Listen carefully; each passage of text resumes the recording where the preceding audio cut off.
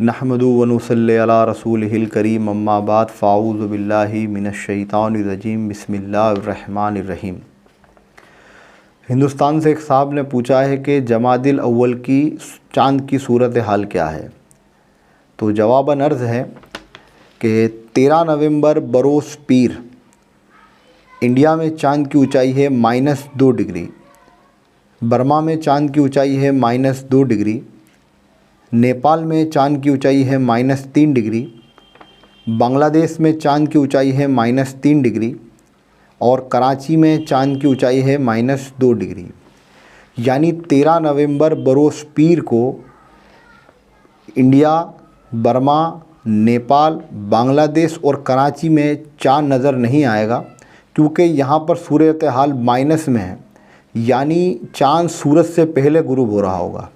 इसी तरह 14 नवंबर बरोज़ मंगल हिंदुस्तान में चाँद की ऊंचाई है 60 डिग्री, बर्मा में चाँद की ऊंचाई है 60 डिग्री, नेपाल में चाँद की ऊंचाई है 5 डिग्री, बांग्लादेश में चाँद की ऊंचाई है 6 डिग्री और कराची में चाँद की ऊंचाई है 6 डिग्री।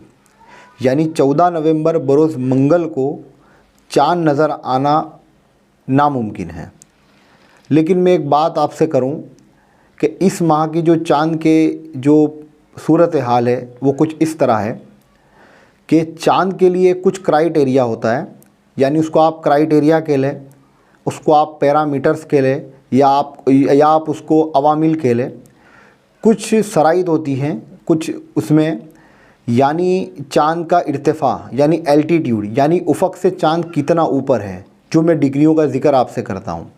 और उसके साथ साथ दूसरी चीज़ होती है चाँद की उम्र, यानी कम से कम एल्टीट्यूड यानी इर्तिफ़ा, उफ़क़ से अगर चाँद कम से कम 10 डिग्री ऊपर हो या 9 डिग्री के करीब हो या 10 डिग्री हो, तब जाके इंसानी आँख उसे देख सकती है, पहली चीज़। दूसरी चीज़ कि चाँद की उम्र तकरीबन 22 घंटे से ऊपर हो तो चाँद नज़र आता है। लेकिन इस माह चाँद की सूरत हाल कुछ इस तरह है कि आप एल्टीट्यूड अगर हिंदुस्तान में देखें तो 60 डिग्री है 14 तारीख को, और चाँद की उम्र जो बन रही है वो 27 घंटे बन रही है चाँद की उम्र। यानी एक शराइत पूरी हो रही है और दूसरी शराइत पूरी नहीं हो रही है। यानी यहाँ पर मैं कोई हतमी फ़ैसला नहीं कर सकता कि उस दिन चाँद नज़र नहीं आएगा, लेकिन असल जो एतबार है वो इर्तिफ़ा का होता है, एल्टीट्यूड का होता है कि वो कम से कम जो उफ़क़ से वो चाँद जो है वो 10 डिग्री हो। असल जो एतबार है वो इर्तिफ़ा का होता है, एल्टीट्यूड का होता है। लेकिन यह एल्टीट्यूड जो है इर्तिफ़ा वो 60 डिग्री पर है और उम्र जो है वो हिंदुस्तान में 27 घंटे के करीब हो चुकी है। तो हो सकता है कि किसी बंदे को जो है तो दूरबीन से या टेलीस्कोप से या बाइनोकुलर से चाँद नज़र आ जाए। लेकिन जो हमारा जो शरीयत का जो मामला है कि इंसानी आँख से उसे देखना है, किसी आलात के बग़ैर हमें उसे देखना है। तो आलात के ज़रिए से अगर चाँद देखोगे तो वो तो शायद मुमकिन नहीं है, लेकिन आलात के बग़ैर अगर चाँद देखना हो तो उसके लिए कम से कम 10 डिग्री का एतबार करना ज़रूरी है। और यहाँ पर उस दिन 14 तारीख को यानी रबीउल सानी की 29 तारीख होगी, 14 नवंबर बरोज़ मंगल को, लेकिन चाँद की ऊंचाई उतनी नहीं बन रही, 10 डिग्री नहीं बन रही, हत्ता कि उम्र 27 घंटे के करीब हो चुकी है।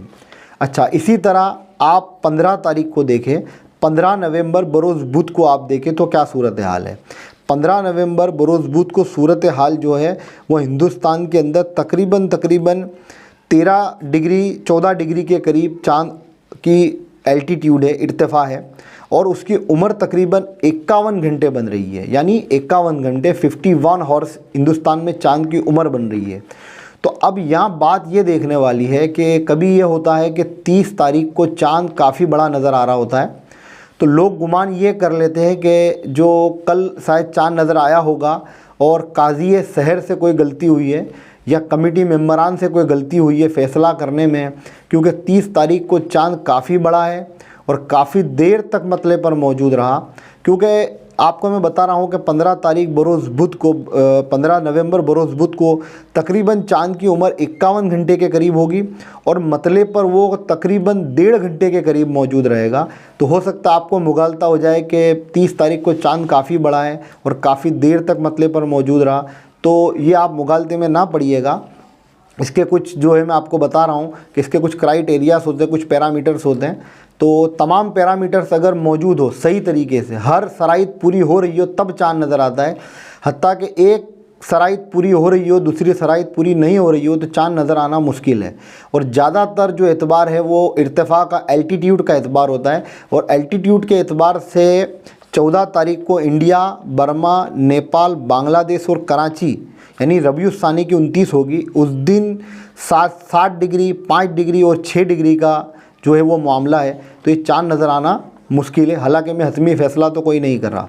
अच्छा, मैं आपको अब वर्ल्ड मैप तो मैंने आपको समझाया हुआ है, तो मैं आपके सामने सबसे पहले 13 नवंबर बरोज़ पीर का मैं आपके सामने वर्ल्ड मैप रख रहा हूँ। ये आप देखें कि 13 नवंबर बरोज़ पीर को सूरत हाल क्या है। तो आप देखें 13 नवंबर बरोज़ पीर को पूरी दुनिया के अंदर, पूरा एशिया अगर देखें आप, एशिया का जो खंड देखें, ऑस्ट्रेलिया वगैरह देखें आप, हिंदुस्तान देखें, रसिया देखें वगैरह, यहाँ पर चाँद बिल्कुल ही नहीं, पूरा ब्लैक एरिया आपको नज़र आएगा। ये एरो शो कर रहा है आपको, ये पूरा ब्लैक एरिया, यानी यहाँ तो चाँद नज़र आना मुमकिन नहीं 13 को। अच्छा, अब चलिए आपके सामने 14 तारीख यानी 14 नवंबर बरोज़ मंगल का मैं आपके सामने वर्ल्ड मैप रखता हूँ। तो आप ये देखें कि 14 तारीख को क्या मामला है। 14 तारीख को ये मामला है कि अफ्रीका के अंदर 14 तारीख को अफ्रीका, फिर जो है तो साउथ अमेरिका वगैरह के अंदर चाँद नज़र आने की इम्कान मौजूद है। लेकिन एशिया में आप देखें, पूरे एशिया के अंदर तो सिर्फ़ और सिर्फ अफ्रीका में नज़र आने के चांस मौजूद है 14 नवंबर को। बाकी हिंदुस्तान देख ले, पाकिस्तान देख ले, सऊदी अरब देख ले, यहाँ पर चाँद नज़र आने के इतबार नहीं। अच्छा, और आप अब आगे चलिए। तो ये आपके सामने 15 नवंबर का मैंने रखा हुआ है बरोज़ बुध का।